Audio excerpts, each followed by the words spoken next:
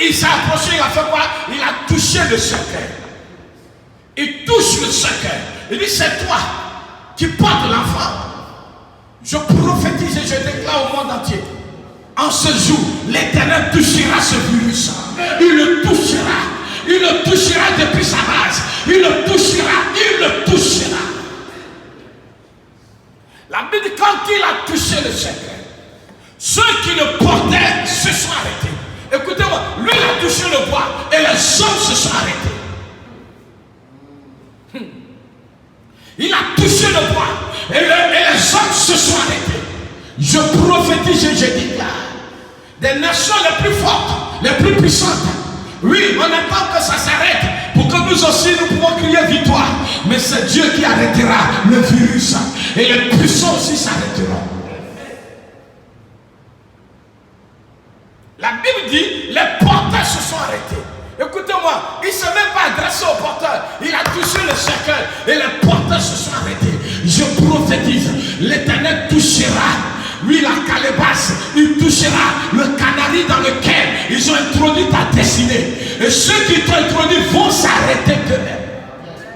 Quand il va toucher le canari, quand il va toucher la calebasse, quand il va toucher les os de ta famille, oui, ceux qui ont reçu la mission de t'accompagner dans la honte, dans l'humiliation, ils vont s'arrêter d'eux-mêmes.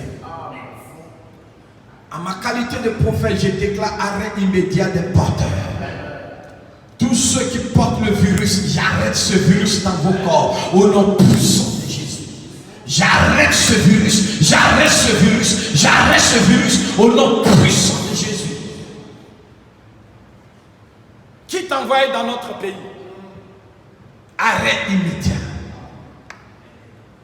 Qui t'envoie dans ce monde? Arrêt immédiat. Virus. Écoute-moi. Si tu as un nom, il y a un nom qui est au-dessus de ton nom. Et ce jour est un jour de croisement, rencontre prophétique entre l'esprit de mort et l'esprit de la résurrection, entre l'esprit de pleurs et l'esprit de la joie, entre le cortège de la mort et le cortège de la vie. Croisement prophétique. La Bible déclare que la femme est entourée de plusieurs personnes. Jésus était aussi entouré des disciples. Et la Bible dit beaucoup de gens. Chacun avait ses supporters. La mort avait ses supporters. Et le maître de la vie avait ses supporters. Mais quand le combat qui devait avoir lieu, il dit d'abord, mon ami, arrête-toi. Ce n'est pas un combat de groupe. C'est entre toi et moi. Bien-aimé, la Bible nous dit, quand il a touché le cercueil, ceux qui le portaient s'arrêtaient. Et il dit, jeune homme, écoutez-moi très bien. Oh, j'aime ce Dieu-là. Peter, mon fils, quand le porteur s'arrête, il ne fait rien avec le porteur. Il ignore même le porteur. Il commence à parler à la mort. Il parle au jeune homme. Il ne le voit pas.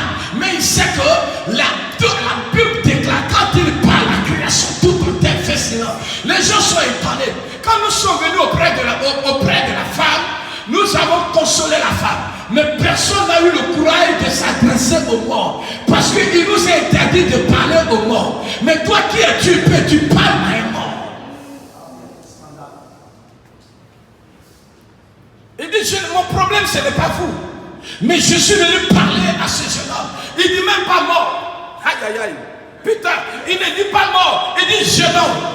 Alors qu'on partait enterrer quelqu'un. Et quand quelqu'un mort, on l'appelle cadavre. Mais Jésus l'appelle jeune homme. La situation fait qu'on t'appelle mort, on t'appelle fini, mais lui t'appelle grand.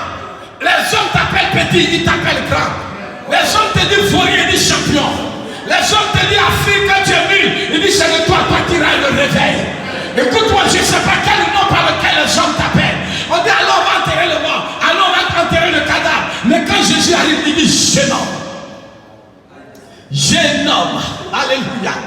Je prophétise et je déclare, toi qui me regardes, je ne sais pas par quel nom ta famille t'appelle, mais je dis riche, prospère, grand, marié. Oh, dis-moi un amen.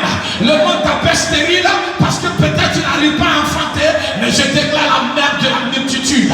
Si tu dis amen là où tu te trouves, reçois le miracle. Il dit jeune homme. On dit ce n'est pas un jeune homme, tu parles à un dit, je suis la résurrection et la vie. Celui qui croit en moi vivra même si on l'a déclaré mort. Vous l'avez déclaré mort, moi je dis c'est un jeune homme. Il a encore la jeunesse en lui. Il a encore la vigueur en lui. Il n'arrivera pas là où son père est arrivé. Parce qu'il m'a croisé. Je vais prophétiser sur l'Afrique. Tant que tu croiseras le Seigneur, on ne t'enterrera plus. Pas du voir, personne n'enterrera ta destinée prophétique.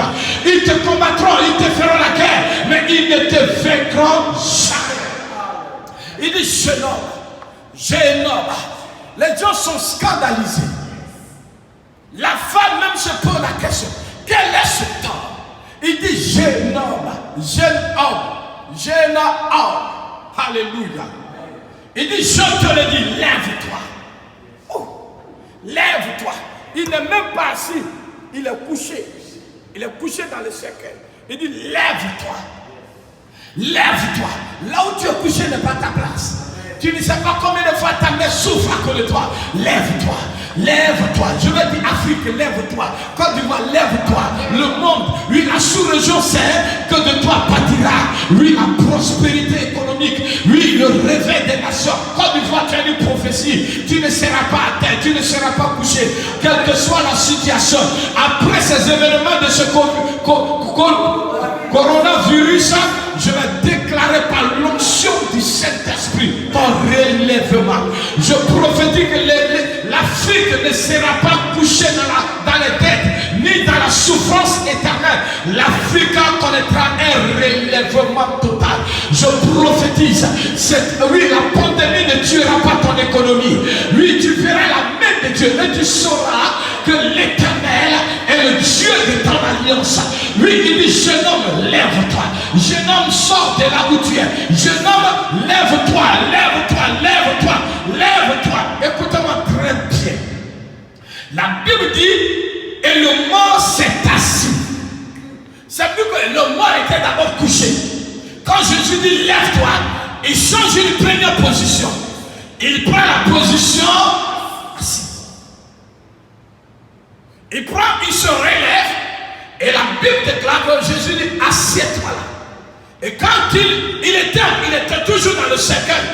Mais la bonne nouvelle, la Bible dit, depuis le cercueil, il s'est mis quoi à parler.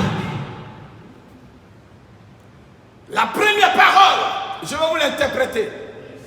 Il dit, maman, je suis là. Amen. Alléluia. Amen. Maman, ne pleure pas. J'étais mort, mais je suis revenu à la vie. J'ai entendu une voix que je n'avais jamais entendue. Quand cette voix a parlé, l'esprit de mort, l'esprit de mort a commencé à trembler dans le séjour des morts. Et la Bible déclare, oh, Makaboso a été Maouchi du combat. Les Ramasso Karabalon. Est-ce que tu dis Amen? Je vais parler. La Bible dit, il s'est mis quoi à parler. Je ne sais pas qu'est-ce qu'il disait. Mais ce qui est sûr, il a commencé à parler. Pour dire, je suis là. Je ne suis pas comme mon père. Mon père est arrivé au cimetière parce qu'il n'a pas croisé le maître des temps. Vous voyez, il y a 10 ans, cela, en France, j'ai prêché ce message, tu n'arriveras pas là-bas. Quelqu'un m'a posé la question, mais pourquoi? C'était le thème. Ils sont allés enterrer son père. Son père est arrivé au cimetière. Parce que malheureusement, son père n'a pas croisé le maître des temps, le Dieu de la résurrection. Mais il a plu à Dieu que ce jeune homme, à la fin de sa vie, croise le spécialiste des cas impossibles. Je vais dire, ne conjugue pas le verbe de famille. Mon père, ma mère. Est-ce que ton père a croisé celui que toi tu as croisé? Est-ce que ta grande soeur a croisé celui que toi tu as croisé? C'est vrai que peut-être c'est à la fin de ta vie. Oui, à 40 ans, à 50 ans, 60 ans, là où il n'y a plus d'espoir. Mais béni soit Dieu, tu as fait une rencontre.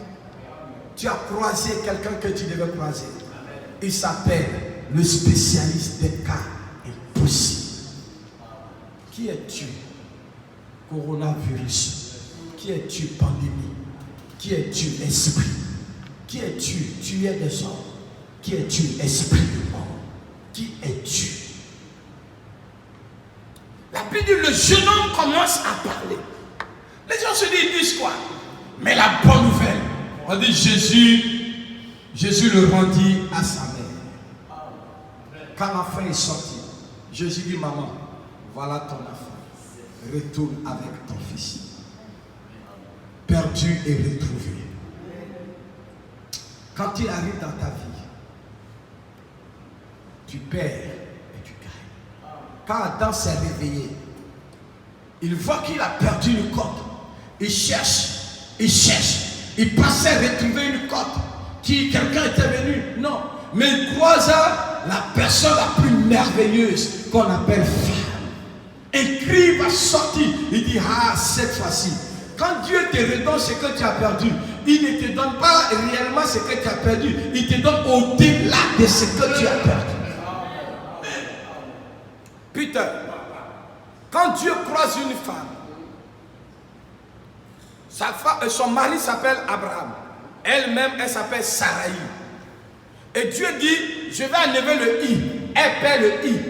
On l'appelle Sarah. Elle a perdu i.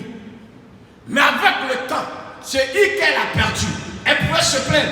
Dieu est venu dans ma vie. Mon nom était à 5 lettres. Mais aujourd'hui, mon nom est devenu 4 lettres. Mais où est l'autre lettre i?